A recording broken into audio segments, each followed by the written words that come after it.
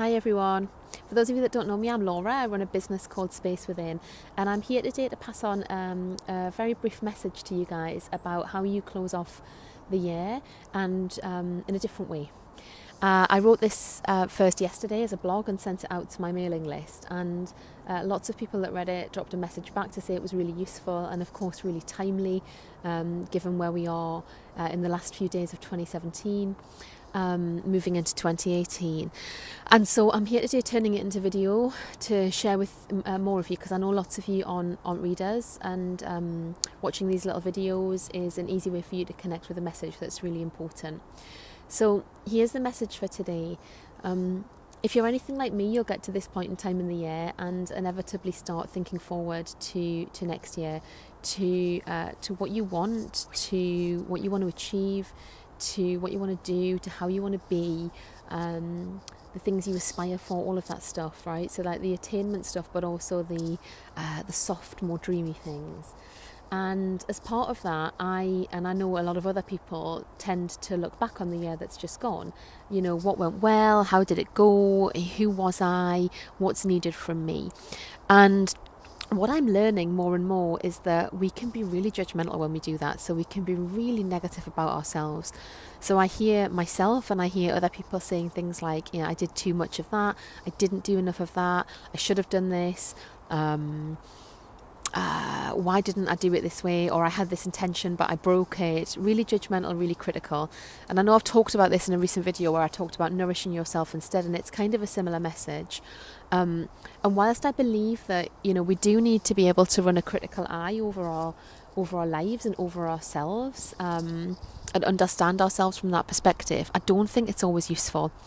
And so what I'm here to tell you about today is a way to do the opposite. So a way to actually look back on 2017 and think about everything that you've done in a different way.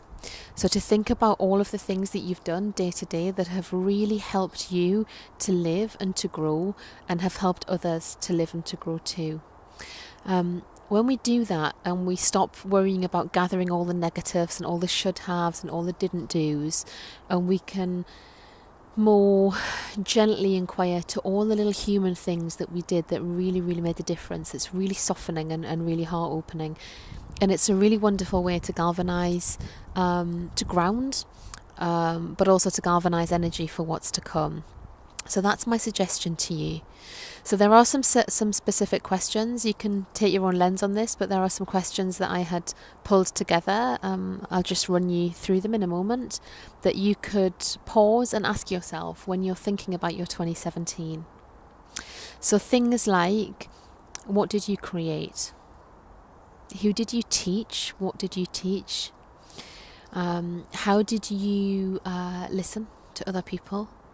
So, you know, you find yourselves in those human connections where you know that you're having a moment with somebody that, even if it's unspoken, is really impacting them. So how did you help someone through their pain?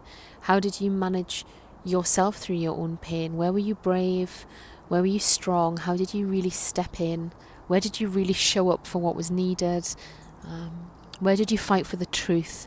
Where did you share your voice in a way that nobody else would? Where did you really make a difference? Where did you meet your own pain? I think that's one of the biggest things that we do every year that we don't realise, is that we're always pushing past the stuff, the crap that we've accumulated over the years, to really meet ourselves in a different way and to find ourselves in a way that we haven't known ourselves before. And I'm pretty sure that you'll have done some of that this year too. So these type of questions, as I say, are really, really heartwarming, really heart-opening, really softening, but also really useful. They'll help you connect more with who you are as a person, who you are as a human, and they'll really help you, as you gather that information, really think about and feel into what the next year could be for you. So I'm going to put the written blog in the comments below so that you can read it if you wish to. And I hope you have a spacious couple of days and that you get the opportunity to think about all the wonderful things that you've done in 2017. And I will see you next year. Take care. Bye.